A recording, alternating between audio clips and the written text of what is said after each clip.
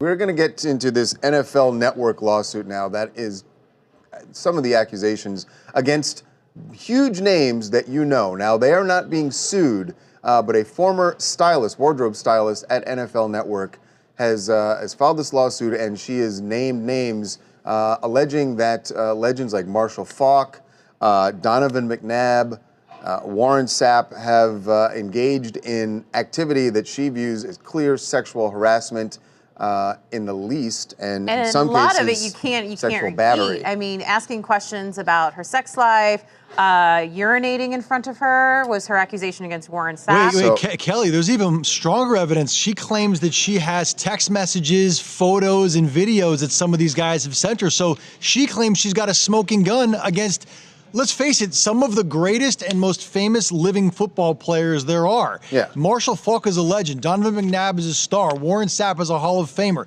These guys are big stars, and they're accused of, Marshall Faulk is the most egregious allegation, where he allegedly pinned her against a wall and tried to force oral sex on her, according to this lawsuit. Demanded oral sex while he pulled his pants down.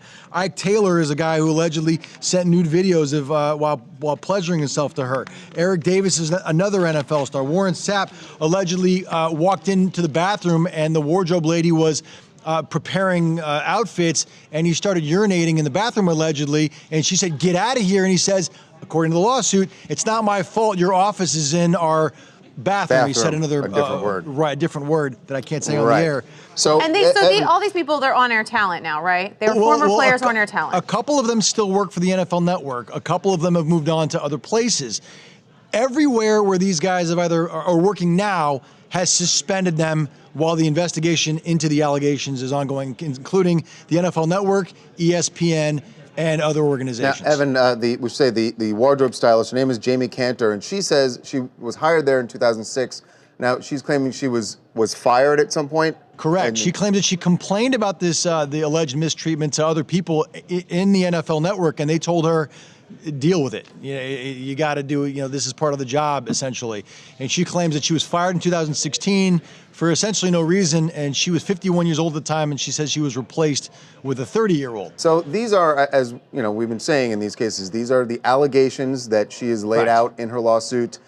We don't know what, if any of it is true.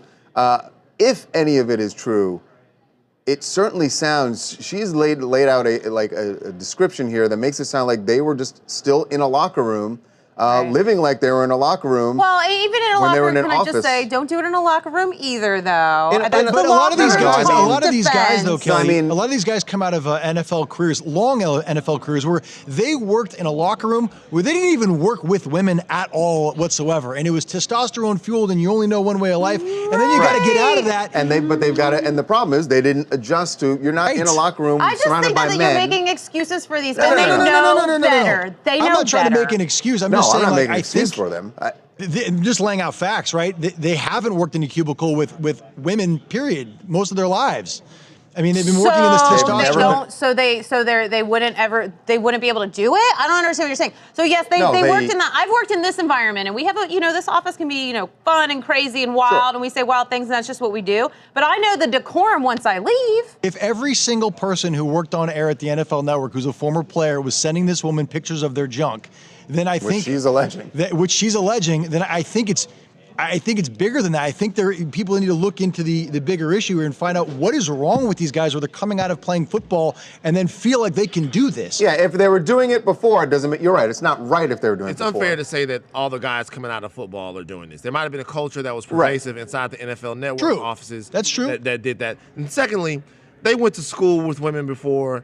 They have women in their families. They might have not worked with them, but they know damn well that they're not supposed to be doing some of the stuff. Clearly not, if this is all true. Well, no, they know they shouldn't do it. They just thought they'd get away with it. That's probably true. If it's true.